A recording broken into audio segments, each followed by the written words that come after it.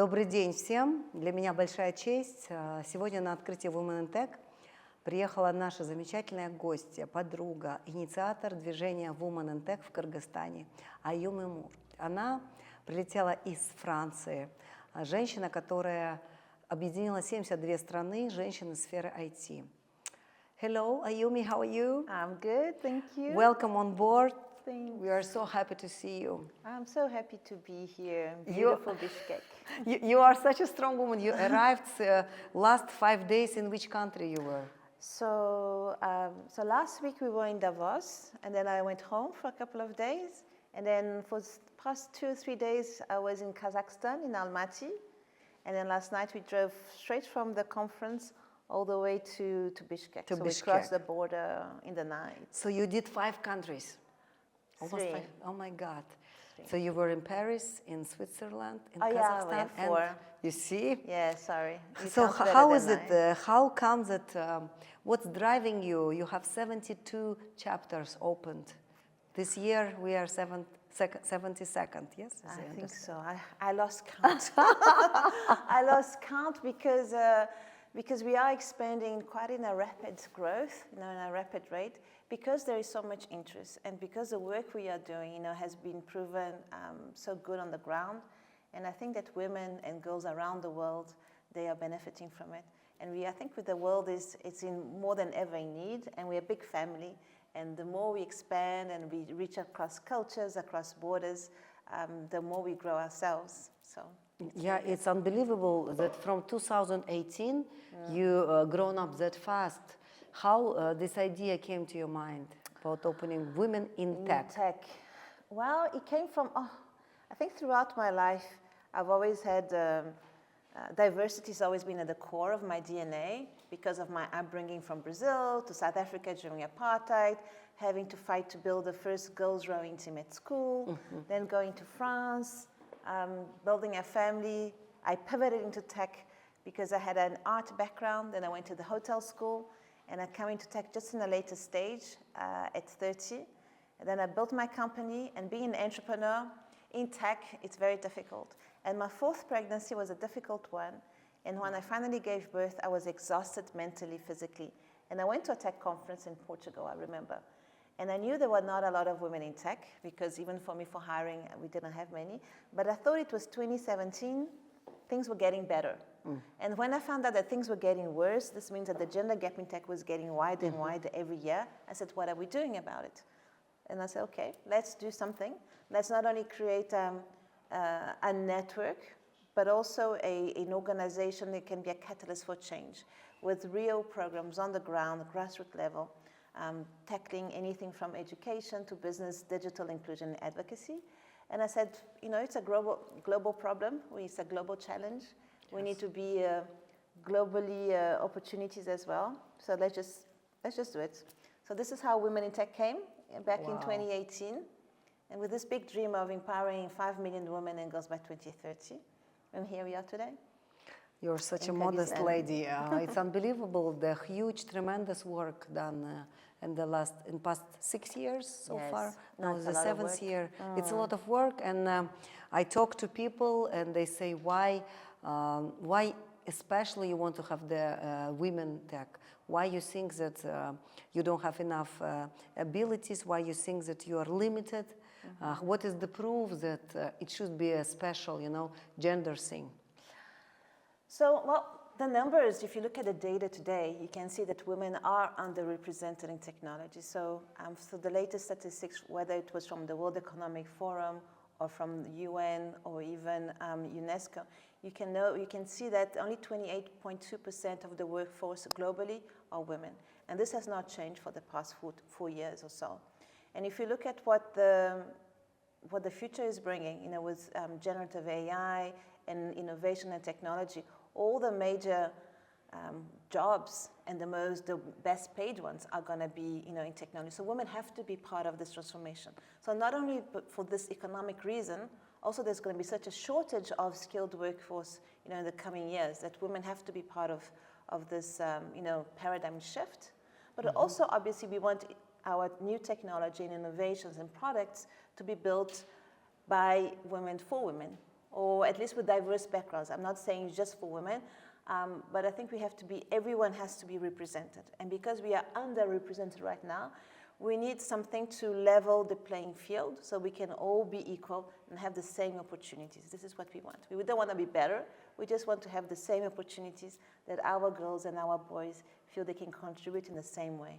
But it's true, without saying that today we had the Deputy Minister of Education, as she said, if there is the most difficult task, usually men put the woman because the woman can solve it. She can, win it and give the result.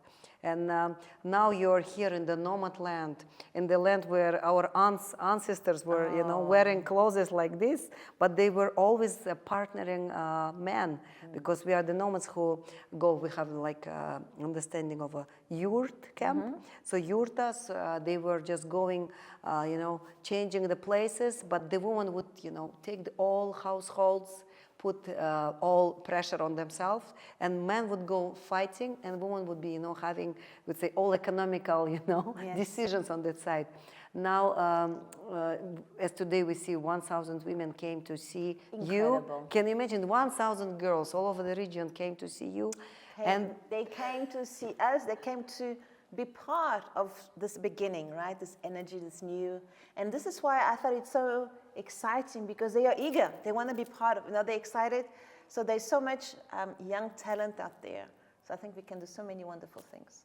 I'm sure we will do. Your platform gives so much opportunities. Can you speak about the platforms? Because as today you've been representing, as we say, 72 countries, how it will be, managed? How many languages there and what they do? So we don't have Kyrgyzstan right now on the platform. It's mostly we're just English. Starting. Yeah, we're just starting. But this is definitely something that we can work on and then develop, adapt in the coming years. But the WIT platform is, so it's WIT, WIT/H.com. It's like our own internal network. So it's free to go in, and there you can join your chapter, and then you can meet people from the different chapters as well. So it's like a little Facebook, LinkedIn, all together. So you can join, you can network, you can chat, you can see all the coming events, whether it's within your country or in the neighboring countries all around the world. And then everything that we have new, whether it's going to be events, whether the programs, what we are really looking at is having new programs, especially focused on AI, because we know how much those skills are going to be necessary for the future jobs. So in 2025, you're going to be focusing on proposing and offering and making available new courses on AI so that our women can be able to benefit and get skilled.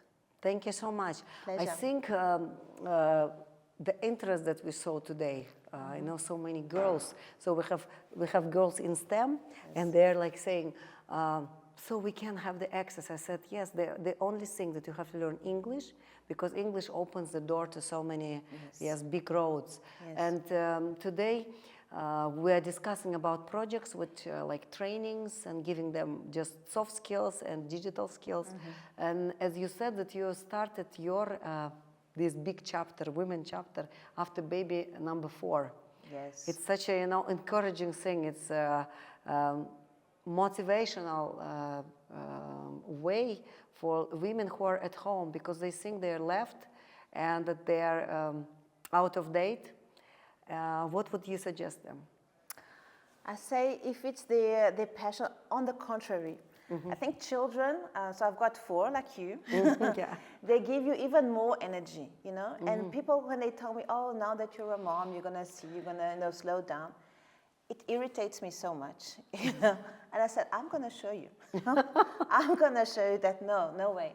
There are no barriers, no limits. If you feel that you want to do something, doesn't matter where you are or who you are or how many children you have, your jobs, you have to do it.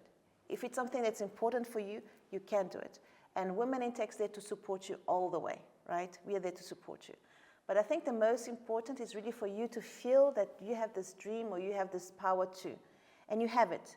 And it's much easier doing it with people that are a community that has gone through it, that have had the same challenges, so that one day, like you down, because it's hard.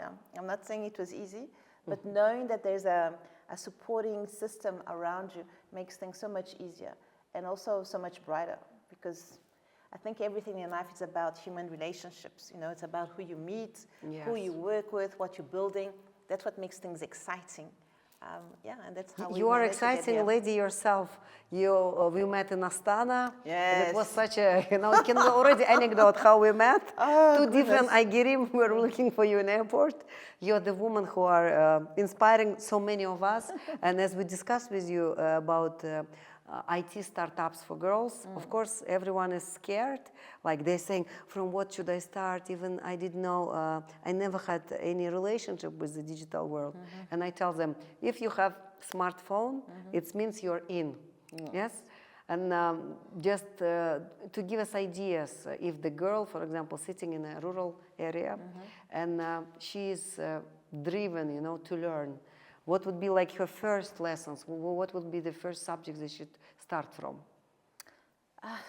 That's a difficult one. I think having digital skills, so digital literature altogether is good, especially with AI coming. There are so many things that are going to be done in a much easier way because of AI. So before, you know, you had to I learned how to code, I learned how to make websites and stuff. And I think this is still important. But today, there are things that are going to be facilitated by these emerging technologies. So already having an overview of all the apps that are available, and this you can easily have like online courses and to see, and even we're going to be providing this. So you have like an overview, you know what's out there. And then you see what it is that you want to do. So if you have this project, and you say, okay, how do I get there? And then you start thinking, okay, what are the skills that we need to make this project happen? But most important is to have the idea of what you're passionate about. And once that you've got it inside, you will push all the doors and things will come along and the universe will open doors for you, I think. I think it was very inspirational. It's a pity that you're coming for only 2 days. I know you'll be driving again. But I will be back. You will be back. I will be back because I definitely want to go and explore the mountains and the country. Every time I was just watching the movie, you know, the film where you put women exclusive. Yeah. And I said, oh, I could see myself on the horse, on the lake. Yeah, in the yurt. That's my dream is to have a yurt or to sleep in a yurt one day. We will send you one. Okay, Paris. I will. Now I want one here to sleep in, and I'll take it to Paris. I think it's really so many things ahead we will be doing. And I appreciate that you found the time. You're a mother of 4 kids, left, you know, husband, whole family, and came here for our girls, for our women.